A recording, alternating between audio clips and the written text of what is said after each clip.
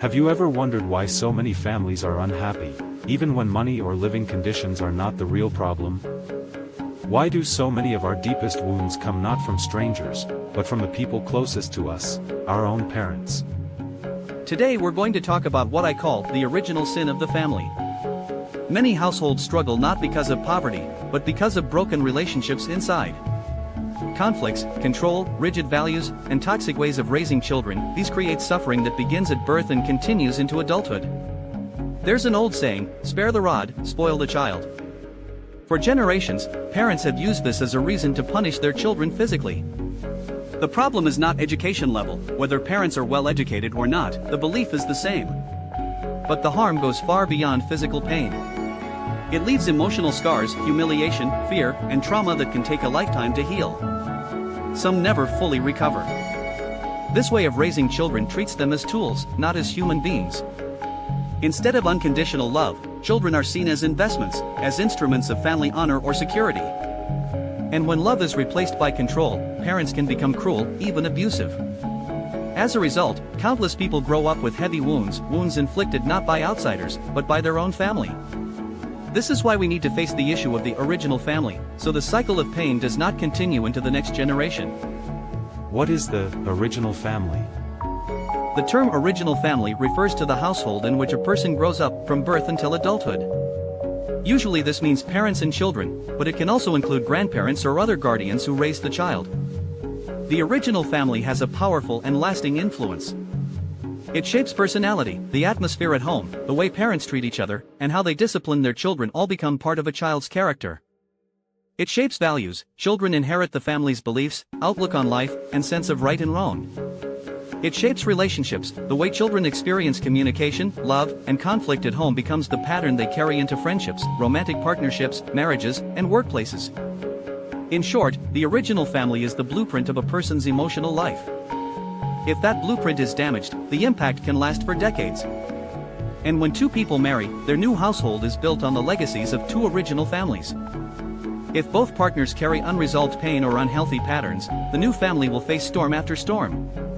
This is how the wounds of the original family ripple across generations. To understand how widespread these problems are, let's look at some research. In 2023, a family development report surveyed 24,000 residents across 6 provinces. 78% of parents admitted their main reason for having children was to rely on them in old age. That is the mindset of investment and return. Another 2024 report, based on nearly 1 million households, found that 48.6% of parents said they mainly communicate with their children through commands. A psychological survey of middle schoolers showed that 60% of students believed that doing poorly in school was the same as being unfilial. For them, grades were not just academic, they were moral obligations. The Ministry of Civil Affairs reported that 28% of divorces in recent years were lawsuits, not mutual agreements, and that number has risen for 3 straight years. And a 2016 survey asked people directly about their families. When asked how they felt about their childhood homes, 12.4% said painful, 8.5% said hateful, and 7.2% said filled with conflict. When asked about negative traits, the top answers were overprotection, excessive pressure, perfectionism, harsh punishment, neglect, and lack of love. Behind these numbers are countless personal tragedies. In September 2020, in one middle school, 3 students were caught playing during class. Their parents were called. One mother, furious, slapped her son in front of everyone, then grabbed him by the neck and scolded him endlessly. The boy said nothing. The moment she turned away, he ran to the window and jumped from the 5th floor. He died instantly in front of her eyes. In 2019, a high school student got into an argument with his mother while they were driving across a bridge. Upset by her scolding, he suddenly opened the car door and leapt off the bridge to his death. His mother collapsed, screaming in horror. And in 2015, a famous case shocked the nation. Wu Xiaoyu, a top student at Peking University, killed his own mother. She had controlled every aspect of his life, placing unbearable pressure on him to achieve. He later confessed he wanted to end his life, but before doing so, he thought he should free his exhausted mother first. These are extreme cases, but they show how destructive unhealthy family patterns can be. The 3 original sins. First, the logic of investment. Children are raised as tools of return. Parents see them as future security, as pride, as proof of success. From birth, children carry expectations to excel in school, to earn money, to bring honor. This creates unbearable pressure. Some children flee and cut ties. Others collapse and give up. Either way, the natural parent-child bond is destroyed. Second, authoritarian control. In many families, parenting means command and obedience, not communication. Parents decide everything. Children are not allowed emotions. They are shamed, scolded, and sometimes humiliated until they submit. This creates a single, rigid standard of worth, grades in youth, money in adulthood. Nothing else counts.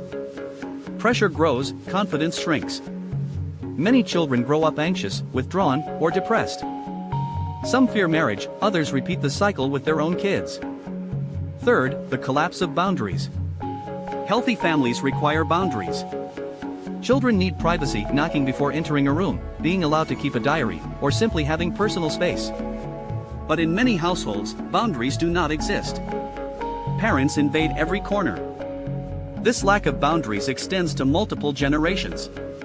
Grandparents often intervene deeply in their children's households, controlling finances, child raising, and even marital disputes. Surveys show that 65% of parents admit to heavy interference in their adult children's families. Combine that with the 4-to-1 family structure, 4 grandparents, 2 parents, 1 child, and you get enormous pressure. Property ownership makes it worse. Whoever controls the house feels entitled to control the young family. These 3 sins, profit-driven parenting, authoritarian control, and lack of boundaries, are not isolated. They are widespread, deeply rooted, and passed from one generation to the next. That is why they are called original sins. Why do we call these patterns sins? Because they are not just individual problems, they are systemic. They are everywhere. And because they are everywhere, it is incredibly difficult for any one person to break free. From the moment a child is born, these patterns start shaping them. Over years, they become internalized.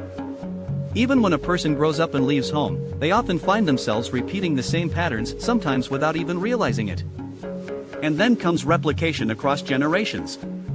Without healthy family role models, many new parents simply copy what they experienced as children.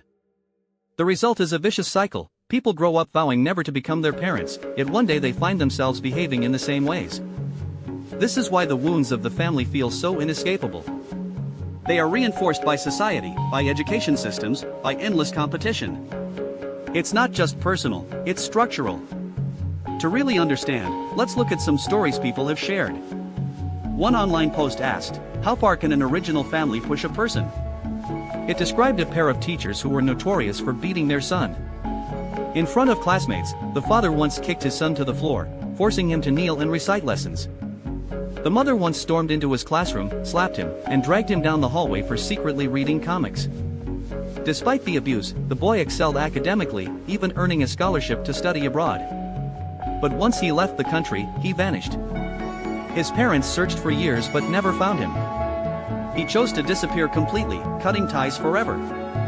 Another post came from someone who worked in the justice system for 30 years.